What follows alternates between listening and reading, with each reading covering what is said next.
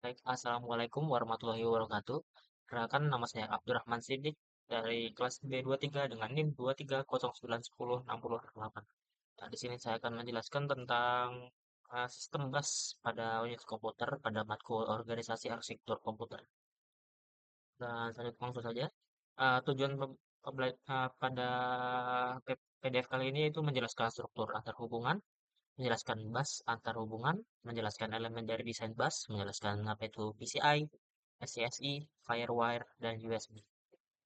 Selanjutnya, untuk sistem bus itu sendiri yaitu adalah penghubung bagi keseluruhan komponen komputer dalam menjalankan tugasnya. Dan komponen komputer itu contohnya yaitu terdiri dari CPU, memori, perangkat I/O yaitu perangkat input atau output.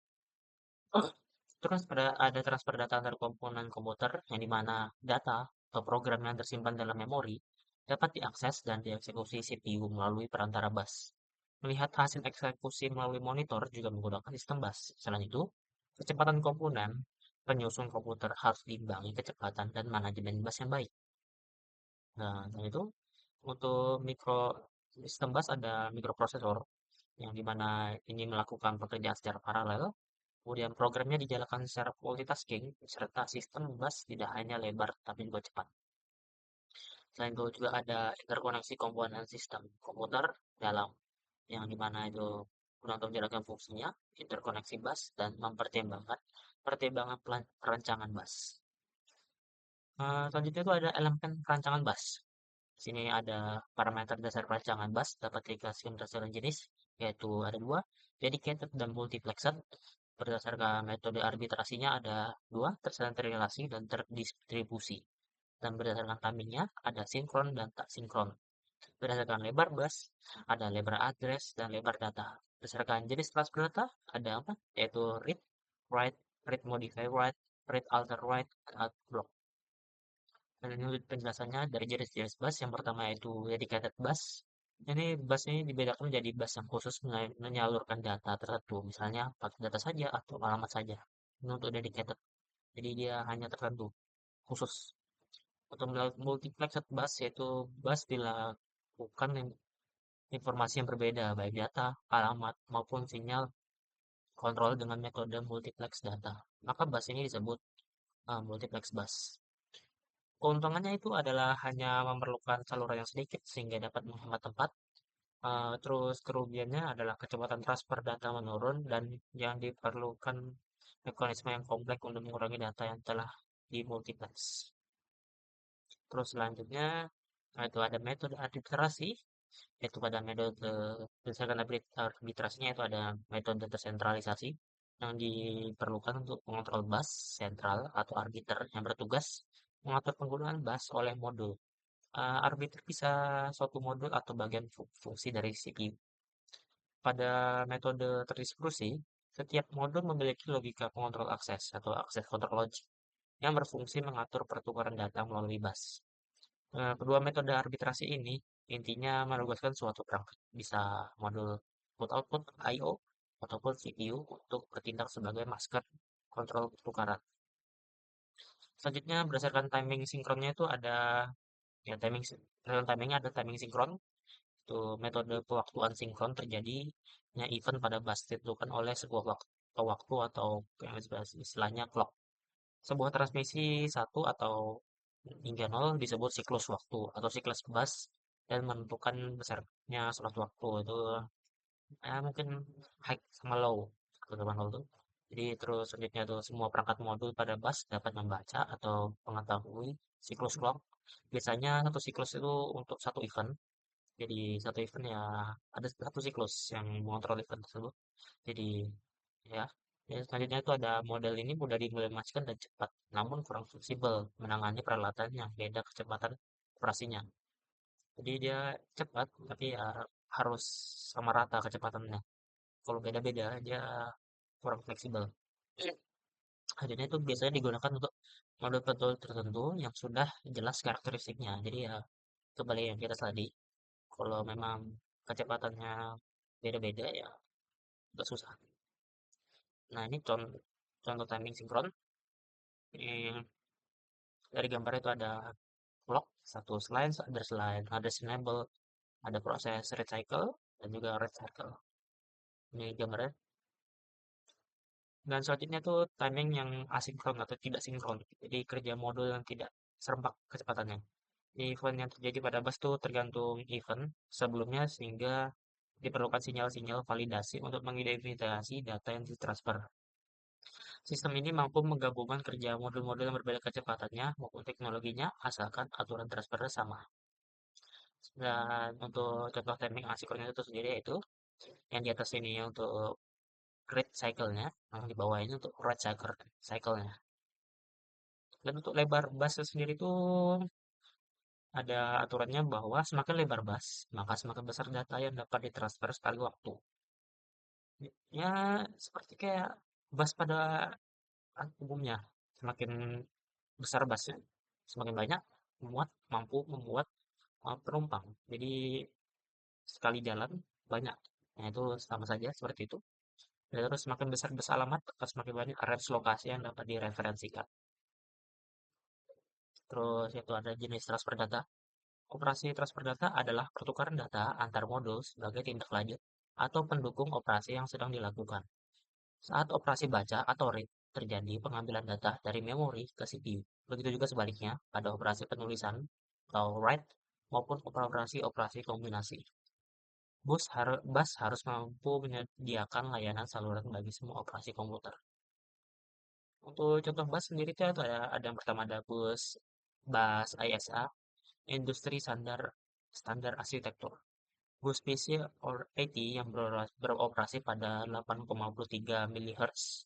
Keuntungannya itu adalah bahwa pendekatan ini tetap mempertahankan kompatibilitas dengan mesin-mesin dan kartu-kartu yang ada. Pendekatan ini juga didasarkan pada sebuah bus yang telah dilisensikan secara bebas oleh IBM kepada banyak perusahaan dalam rangka untuk menjamin bahwa sebanyak mungkin pihak ketiga dapat memproduksi kartu-kartu untuk PC pertama, sesuatu yang kembali mengatui IBM. Terus contoh bus yang kedua yaitu bus PCI atau Peripheral Component Interconnect. Itu bus yang tidak tergantung proses dan berfungsi sebagai bus mezzanine atau bus peripheral.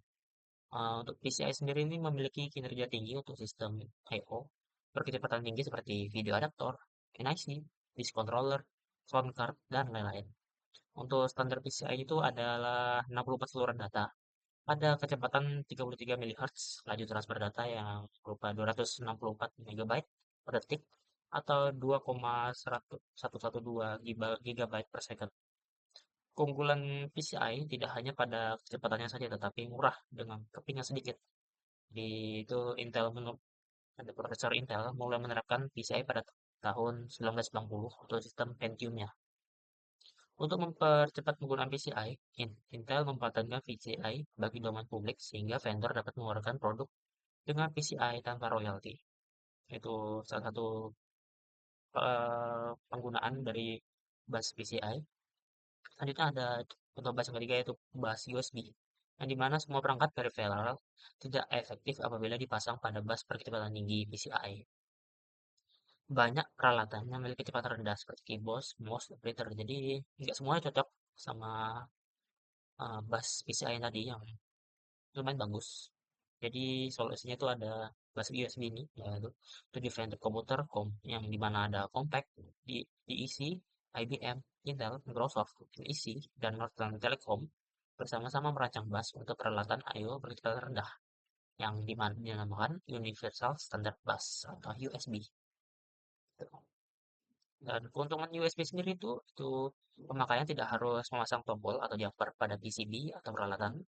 Pemakaian tidak harus membuka casing untuk memasang peralatan I/O baru. Hanya satu jenis kabel yang diperlukan sebagai penghubung dapat mensuplai daya pada peralatan-peralatan I/O, memudahkan pemasangan peralatan-peralatan yang hanya sementara dipasang pada komputer. Tidak diperlukan ribut pada pemasangan peralatan baru dengan USB. Dan yang terakhir, tentu saja murah. Untuk pengkabelan USB sendiri itu ada di mana ada bandwidth total USB adalah 1,5 MB per detik dan itu sudah cukup mencukupi peralatan I/O berkecepatan rendah yang dimana seperti keyboard, mouse, scanner, telepon digital, printer dan sebagainya. Untuk kabel pada bus itu sendiri terdiri dari 4 kawat, dua untuk data, satu untuk power yang dimana 5 volt kekuatannya, dan satu untuk ground. Untuk sistem pensinyalannya mentransmisikan sebuah bilangan 0 sebagai transisi tegangan dan sebuah bilangan 1 bila tidak ada transmisi tegangan, high dan low. Untuk contoh bus selanjutnya itu ada bus SCSI yang dimana itu singkatan dari Small Computer System Interface, di mana perangkat peripheral eksternal yang dipopulerkan oleh Macintosh pada tahun 1984. Untuk SCSI ini sendiri merupakan interface standar untuk drive CD-ROM, peralatan audio, hard disk, dan perangkat penyimpanan eksternal berukuran besar. Jadi SCSI ini menggunakan interface paralel dengan 8, 11, atau 32 saluran data. Untuk perangkat SCSI ini memiliki dua buah konektor, yang dimana ada konektor I/O yaitu konektor input dan konektor output. Saluran seluruh perangkat ini berfungsi secara independen dan dapat saling bertukar data. Misalnya hard disk dapat membackup diri ke tape drive tanpa melibatkan prosesor. Itu untuk beberapa macam versi dari SCSI ini sendiri tuh ada CS yang pertama. Itu dibuat pada 1980 yang dimana memiliki 8 saluran data dan beroperasi pada kecepatan 5 MHz yang dimana versi 5 MHz yang dimana versi ini memungkinkan sampai 7 perangkat dihubungkan secara daisy chain. Untuk SCSI 2 ini generasi kedua diperkenalkan pada tahun 1992 dengan spesifikasi 16 atau 32 saluran data pada kecepatan 10 MHz. Untuk yang generasi ketiga yang mendukung kecepatan yang lebih tinggi sampai saat ini masih dalam penelitian. Untuk contoh bus yang selanjutnya itu ada bus P1394 atau fireware, di mana kebutuhan bus I/O berkecepatan tinggi dan semakin cepatnya prosesor saat ini yang mencapai 1 GHz perlu diimbangi dengan bus berkecepatan tinggi. Nah, ini ada itu. Jadi dikembangkan bus performance tinggi yang dikenal dengan fireware itu atau P1394 standar IEEE. Untuk P bus P1394 ini memiliki kelebihan dibandingkan dengan interface I/O lainnya, di mana sangat cepat, murah, dan mudah untuk diimplementasikan. Dan untuk bus ini sendiri tidak hanya populer pada sistem komputer, namun juga pada peralatan elektronik seperti kamera digital, VCR, dan juga televisi. Untuk kelebihan lain adalah penggunaan transmisi serial sehingga tidak memerlukan banyak kabel. Dan untuk kesimpulannya, secara umum saluran bus dikategorikan dalam 3 bagian, yaitu saluran data, saluran alamat, dan saluran kontrol. Saat ini terdapat banyak implementasi sistem bus, tetapi parameter dasar perancangan bus dapat diklasifikasikan berdasarkan jenis, yaitu dedicated dan multiplexer, berdasarkan metode arbitrasinya, yang dimana ada tersentralisasi dan terdistribusi, berdasarkan timing, sinkron dan tak sinkron atau asinkron, lebar bus, nah dimana ada lebar address dan lebar data, dan juga jenis transfer datanya. Ini mana ada read, write, read modify write, dan read alter write block. Terus di antara jenis bus yang beredar di pasaran saat ini itu adalah PCI, ISA, USB, CSSI, SCSI, ada Futura Bus Plus, Fireware, dan lain-lain. Ya, mungkin itu sekian dari penjelasan sistem bus, unit bus pada matkul organisasi dan arsitektur komputer. Untuk saya pada video kali ini, kurang dan lebihnya saya mohon maaf. Saya tutup. Wassalamualaikum warahmatullahi wabarakatuh.